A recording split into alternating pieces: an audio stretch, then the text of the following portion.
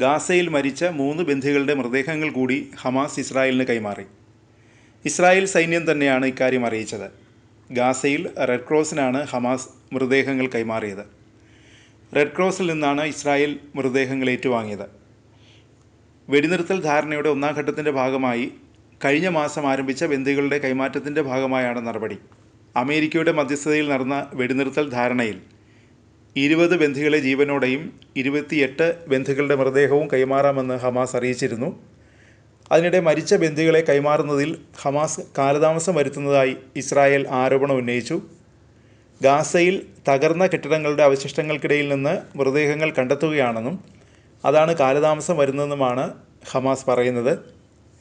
ഹമാസിൻ്റെ സായുധ സേനയായ അൽ-ഖാസം ബ്രിഗേഡ് ഞായറാഴ്ച മൃതദേഹാവശിഷ്ടങ്ങൾ കണ്ടെത്തിയതായി അറിയിച്ചിരുന്നു. തെക്കൻ ഗാസയിലെ തുരങ്കങ്ങളിൽ ഒന്നിൽ നിന്നാണ് മൃതദേഹം കണ്ടെത്തിയതെന്ന് അൽ-ഖാസം ബ്രിഗേഡ് പറഞ്ഞു.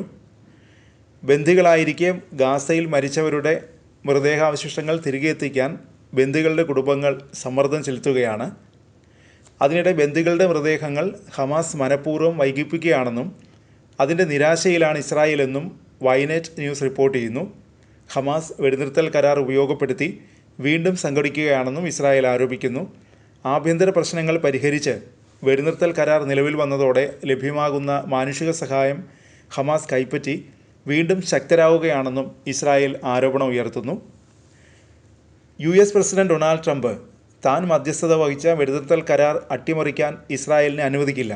ഇത് മനസ്സിലാക്കി ഹമാസ് മനഃപൂർവ്വം ബന്ദികളുടെ മൃതദേഹങ്ങൾ കൈമാറുന്നത് വൈകിപ്പിക്കുകയാണെന്നാണ് മുതിർന്ന ഇസ്രായേൽ ഉദ്യോഗസ്ഥർ വൈനെറ്റിനോട് പറഞ്ഞത്. ഇസ്രായേലിൻ്റെ കൈകൾ ബന്ധിക്കപ്പെട്ടിരിക്കുന്നു. 20 ബന്ദികളുടെ മോചനത്തെ അമേരിക്ക ഒരു പ്രധാന നേട്ടമായി കരുതുന്നു. അടുത്ത ഘട്ടത്തിലേക്ക് നീങ്ങാൻ ആഗ്രഹിക്കുന്നു.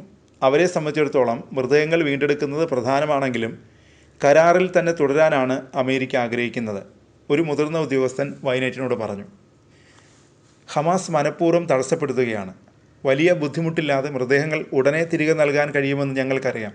സമയം നീട്ടുക, അവരുടെ കേന്ദ്രങ്ങൾ പുനർനിർമ്മിക്കുക, അന്താരാഷ്ട്ര സഹായം ഉപയോഗിച്ച് പണം സമ്പാദിക്കുക എന്നതാണ് അവരുടെ തന്ത്രം.